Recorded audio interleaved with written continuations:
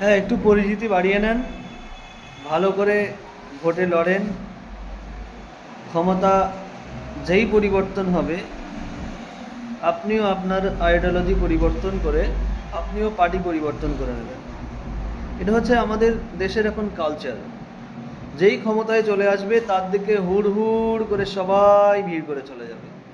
মানে এদের বিন্দু মাত্র আদর্শ বলে কিছু নেই, এতটুকু আদর্শ নেই। যদি আমি সত্যিই অন্য পার্টিতে চলে যাই তাহলে আমি রিজাইন করব, দরকার আমি বসে যাব, দরকার পার্টি করব না। না করলে আর জীবনে অন্য কোনো পেশা নেই যে যেটা করে তারা জীবনে পরিচালনা করতে পারবে, এরকম কোনো পেশা নেই। হাজারো পেশা আছে, কিন্তু না, এদের নিজেদের সমস্ত রকম আদর্শকে মাটির সঙ্গে মিশিয়ে দিয়ে এরা চলে যাবে অন্য আর এক পার্টিতে।